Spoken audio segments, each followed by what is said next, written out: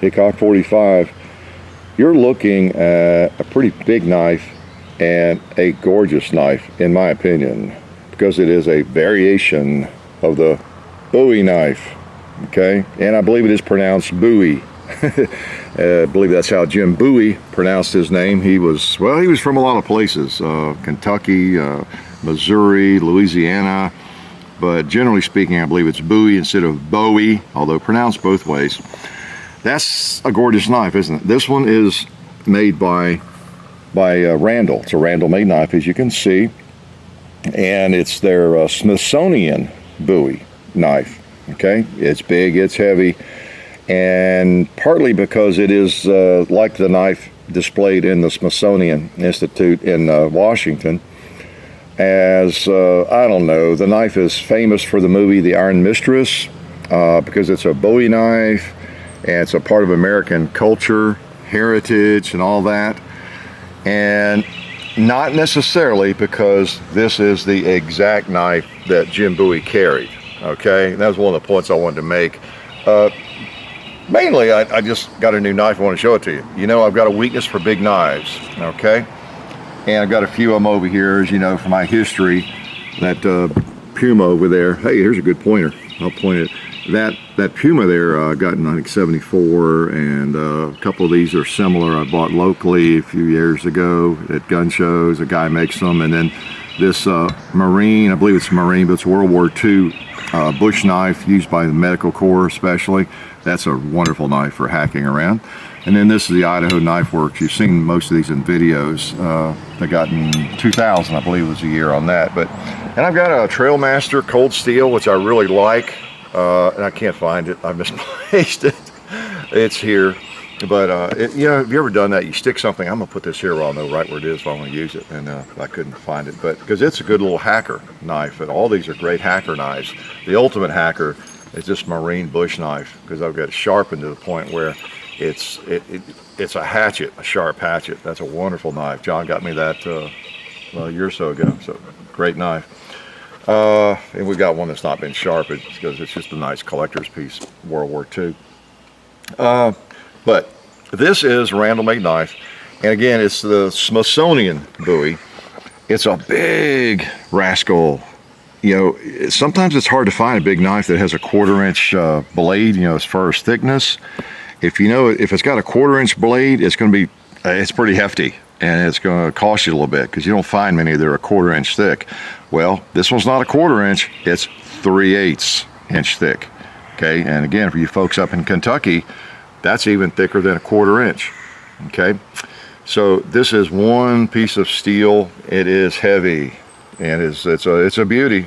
You know, I'm not selling Randall knives. They don't need me. They have a waiting list of, I think it takes 4 to 5 years if you order one today to get it. So I'm too old to wait that long. I might not be around. So I found this one. You can find them, but you got to pay a little bit more of a premium to get them, that, you know, someone has it. But yeah, they've got a 4 to 5 year waiting list. So they probably just assume we didn't even talk about them in a video, because that'll, you know, if we did any serious advertising for them, it might stretch it to a 6-year waiting period. I don't know. We don't have that kind of effect actually, but you know what I'm saying? They don't care whether somebody's promoting their knives, so we're not trying to sell them. They can't make them fast enough, if that needs to be emphasized. 4 to 5 years, can you imagine? Wouldn't you like to have a business where you're making something and you know you're not going to miss any meals for at least 4 or 5 years, right? Because you got orders that far out. That's just pretty amazing. But that's a lot of custom knife smiths are like that. There's a long waiting period. So anyway, that's a gorgeous knife. Jim Bowie, I was going to give you a little bit. Well, Randall, first of all, they're collectible. I don't know that they're the very best knives, but it is hard to find a big old Bowie knife. If you like Bowie knives, a lot of makers don't make that many of them. And I've always been on a quest for the ultimate Bowie knife, you know, bigger than is really practical maybe. I think this is it. This is pretty much it. This is gorgeous. And again, it's kind of made in the image of the Iron Mistress, if you've seen that movie with Alan Ladd and who else, Virginia Mayo, maybe it's an older movie. But I just like big Bowie knives. I have a real weakness for them, and this is a gorgeous one. Okay, and there's lots of them out there, but not that common. And you know what I'm talking about if you are always looking for a big Bowie knife. But Randall's been making knives for a long time. I mean, they're kind of a custom, I don't know, maybe they're not a pure custom shop because they have set knives they make, but they really apparently do it the right way. They're very well liked and revered, obviously, from their orders. But Bo Randall started the company back in like the 30s, 1930s. And I read on their website, you can walk along the beach and see some guy scraping off a boat down in Florida, I think. And the knife he's abusing the knife, but it's holding up to it and everything. And so he bought the knife from that guy. He was so impressed and decided he was going to make knives like that and handmade knives. He hadn't seen a handmade knife. I forgot who the maker, Skagel or something like that, was the maker of that knife back when there weren't many custom knife makers. And I apologize, I don't remember the name. But so he started making them. This is a hobby. And I think he sold them in his dad's clothing store or something. And some guys going off to World War II, I believe it was, or in the Navy, had asked him to make a couple of knives for them. And when he did, and then their buddies wanted one, they liked them. These were fighting knives, I believe, that he's famous for. And then there was enough people wanted them, and then there was a little article in a newspaper or something written about it, and this is all at their website. And then bang, here came the orders. And so he's in the knife business big time, and ever since, you know. And then his son, I think, does it. Is still alive, I believe, it runs it now. But anyway, they're a big name. You go to a gun show, you see somebody with some collectible Randall knives. But that's a great knife. The Bowie knife, and I'm not the expert, but I just want to give you kind of the rough idea of it. I just like a Bowie knife. They're just so cool. They are so cool. But there were a lot of variations of the Bowie knife. That's why as I started out, I said this is one variation of it. It would be nice, you know, if everything was black and white and clear cut, but it's just not that way, is it? Who killed Kennedy? Probably Oswald. Are we sure? Who knows? Is this the knife that Jim Bowie carried exactly like this? Nah, no, not really. You know, in some ways like that. But one of the knife fights, the most famous knife fight he was in, and I don't think he was actually in that many, but there was the sandbar fight. I believe what I read, he was actually carrying a butcher knife. His brother had talked him into carrying a big butcher knife kind of thing. And so he became well known as he won that knife fight, survived it, for a guy who knew what he was doing with a big knife. And then he commissioned, who was it, James Black, I want to say, to make one. He carved one out of wood for him, so I want one of these. Now, some of this is pretty much, you'll read this in different places, so there must be some truth to this, that he carved out a wooden model of what he wanted.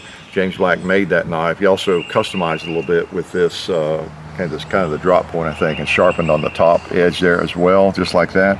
But some knives are more like that, you know, they don't have as much of that. And that was kind of the customization of the version that Jim Bowie gave him.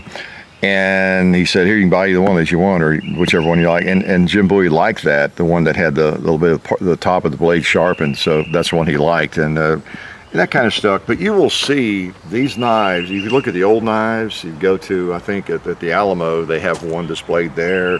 Different places, knives that maybe Jim Bowie carried, or knives like the one he carried, and all that kind of thing.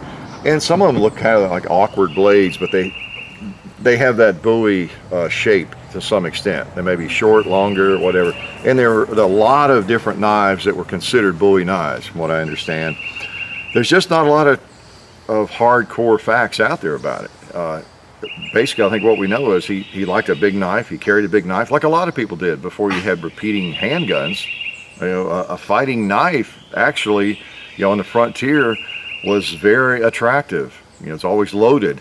You think about it. Now, to us, you know, I'm going to carry that thing around for defense.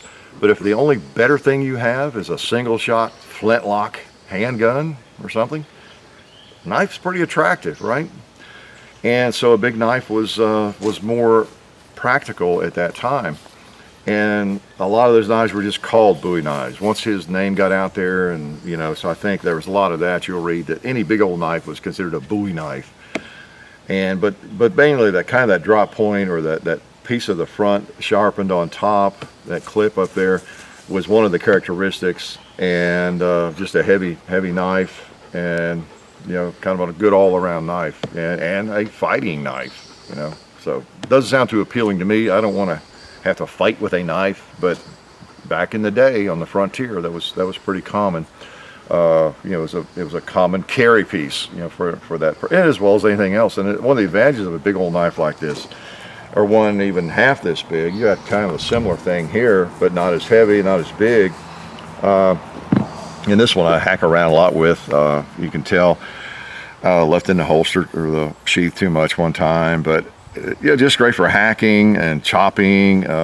But you've got something that's very versatile. It can be a sticker, but it's great for just cutting.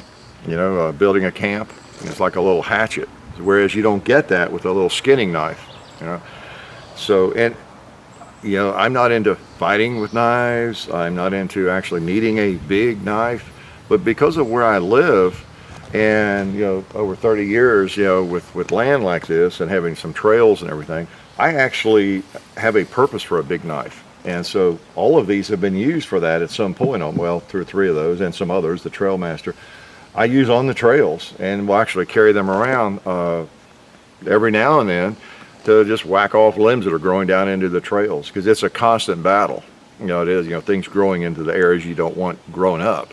So big knives actually have a really practical purpose for me. I don't want to carry around trimmers, pruners, or something I bought at Home Depot. Oh, how gross is that? When you've got a cool knife like this, you could carry around and whack off things. So, but anyway, the Bowie knife has a long history. It's a piece of American history. It's just that it's not 100% clear. There is no, okay, this is a Bowie knife. If it doesn't look exactly like that, or exactly like that, it's not a Bowie knife, you know. So the characteristics are, generally it's a pretty good size blade. You got a little sharpened area on top, the clip there, and that can vary. It can be pronounced like this one, or not quite so pronounced, you know, like these. You know, and it would have been called a Bowie knife. But now all that said, so what? So what if we don't know exactly what his knife was like? This has become the Bowie knife, and for many, many, many decades, hasn't it? And so when we think of a Bowie knife, this is what we think of, and this is the classic Bowie knife, and so that's what it is, and pretty cool. I know a lot of you collect knives. We've done videos on 2 or 3 of those, probably 8 or 9 knife video. I hope I have them all on the playlist for knives. But mainly it's just kind of introducing you to a knife I have and like and use around the place, whether it's a pocket knife or one of these bigger knives. And I probably don't go an hour that I don't pull out my pocket knife. You know, I don't know how people get around without knives. There are probably people walking around in New York City and places that don't carry a knife and never have. You know, I mean, how would you not carry a knife? I just maybe they don't do anything, you know. But you just have to have a knife. Maybe not one this big. But this thing, 3/8 inch thick, and I hope you can appreciate that. A lot of you probably never picked up a knife that is actually that thick, but 3/8, there aren't many made, I guarantee you. That is thick, and it's got some weight to it, it's got some heft. You know, you got this interesting hilt with the lugs on it, and the end cap. It's just I think it's a gorgeous knife. I'm happy to have it as a Randall, especially since it's a Randall, because they're kind of collectible, and I know they do a good job on them. Now you might get into arguing that they don't make the best knives. I don't know. We know they make good knives. There might be some others that make, you know, equally good knives, but pretty cool. Jim Bowie, by the way, I was reading, was born up here in Kentucky, not far from me. I didn't know that. Logan County, and I'm assuming that's true. You never know. I think it said his dad, his family, they lived in Tennessee and then moved up there to Kentucky. And they were just there for a few years and moved to Missouri. I think they were getting a bad internet connection or something around, whatever it was, 1820, so not a good internet. So they probably having to watch videos on VHS, so they moved to Missouri and then on down to Louisiana So when you think of Jim Bowie, if you know anything at all about him, you think Louisiana, right? So part of American heritage, and of course I haven't even mentioned the most famous thing about Jim Bowie, right? Remember the Alamo, right? He was at the Alamo, died at the Alamo. Another reason that he is as famous as he is. And same with Davy Crockett. You know, how somebody dies that way kind of adds to the fame. Just that simple. So anyway, but there's enough we do know about him. He did like knives. He did like a big knife. He carried a big knife. He killed at least one person in a serious knife fight, the sandbar fight or whatever. Supposedly I believe that's pretty well factual. And you know, he was in a different kind of culture, the frontier, the violent frontier, and knew how to handle one of these things. So it's kind of cool. Mainly, forget all that. These are just cool big knives. Even if you have no use for one, maybe you live in New York City. Now wait a minute, I'm probably going to get you in trouble if I recommend you buy a big knife, right? It might be illegal to even own one in your apartment in New York City. I don't know. You check the local laws. But these are cool. Just thought I'd show it to you and let you drool over it like I do every time I pick it up. I didn't make it. I can't claim anything like that. I mean, it's just cool. I really like it. And I think I should throw it at something. Don't think I will. Life is good. Hi, I'm Zeke with the Sonoran Desert Institute, and here at SDI, we're extremely proud to be sponsors of the Hickok 45 channel. You may be asking yourself, well, what is SDI? SDI is an affordable, fully accredited distance learning education program. We have an emphasis in gunsmithing and firearms technology. If you decide to become a gunsmith, you'll need to learn proper gunsmithing techniques, and while some people will use an apprenticeship program to gain these techniques, a formal education will ensure an organized, more comprehensive learning environment. But when you choose a gunsmithing school, it's still kind of difficult. So it's very important that you choose a gunsmithing school that meet the following criteria. First, look for a nationally or regionally accredited program. And whether distance learning online or through a brick and mortar ground program, a gunsmithing program should always have a hands-on element. And finally, make sure you look for a school with high student satisfaction. Find reviews online, check out its Facebook or other social media, or get on the same social media sites, find some alumni, and ask to speak with them about their experience. And while we're not at SDI today, I do have some of the firearms I've learned to work on and build myself through the SDI program. So let's go take a look at them. Okay, maybe not. We'll just get seriously. Can I not get a chair that fits me? I'm a big guy, dude. So I guess back to what we were originally talking about. Above all else, find the school that's right for you. It's not always going to be the distance education programs or the brick and mortar ground schools that are for everybody. Just make sure you do your research on multiple options before you make that decision. But if you want more information on our gunsmithing school, just go to www.sdi.edu or call us at 1-800-336-8939.